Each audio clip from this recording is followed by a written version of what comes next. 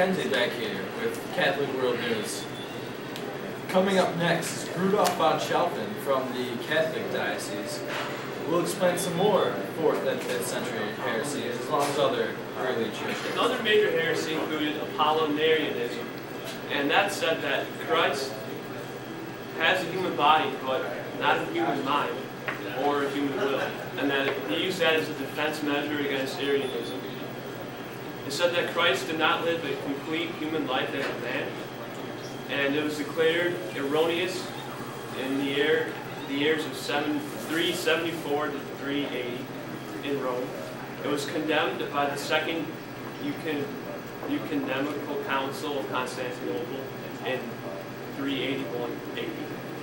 Which all very sound facts. The heresy of Nestorianism said that it was partly right in saying that Christ is a unity between a divine being and a human being. But what was wrong with this was that it said that Christ was not fully human, or neither was he fully divine. And it also about Nestorianism, it attempted to eliminate the title for Mary, the title of Theotokos. Theotokos meaning bearer of God. And this was proved wrong, however, by this Arianism was a heresy that claimed that Christ was neither God nor was he equal to the Father. And one of its main arguments was that Christ is sent by the Father, so therefore he cannot be the Father. And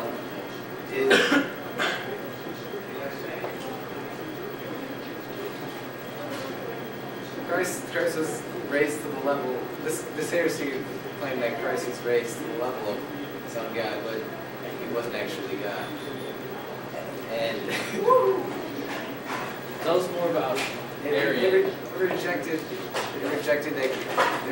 Christ's divinity, which would ultimately lead to the rejection of many more Catholic beliefs, since Christ is the center of Christianity. Monothelitism was a heresy that said that Christ has two natures, but only has one will. It is derived from the Greek words monos, meaning alone, and also telos, meaning the one who wills it. It was supported by Emperor Heraclius in an attempt to unify the empire and against Persian threats. And there's a little bit of confusion with the term one will. It could have meant a number of things. And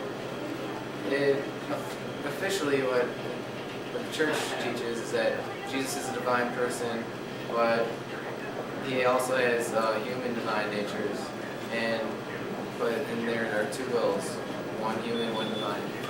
Gnosticism is derived from the Greek word gnosis, which means knowledge.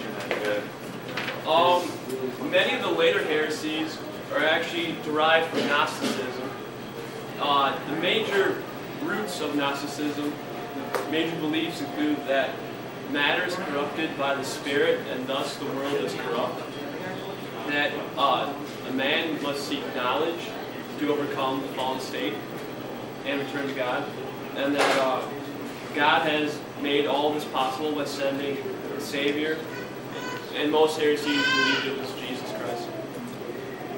A major Gnostic heresy was made by Marcion in mid-100s. The major belief of Marcionism is that the revengeful God of the Old Testament, the demiurge, was the cruel God of the law, and then that Jesus Christ was sent in opposition to this cruel God.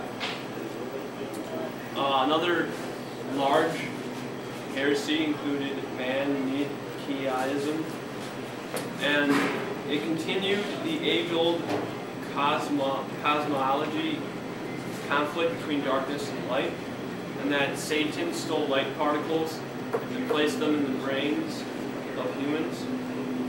And you needed to share, there's a secret knowledge needed to be shared, which liberates the light so it can return to the original source.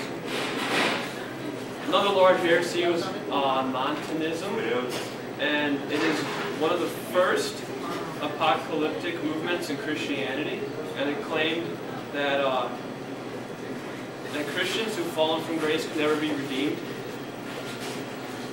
Another major heresy included Docetism, however you want to pronounce it.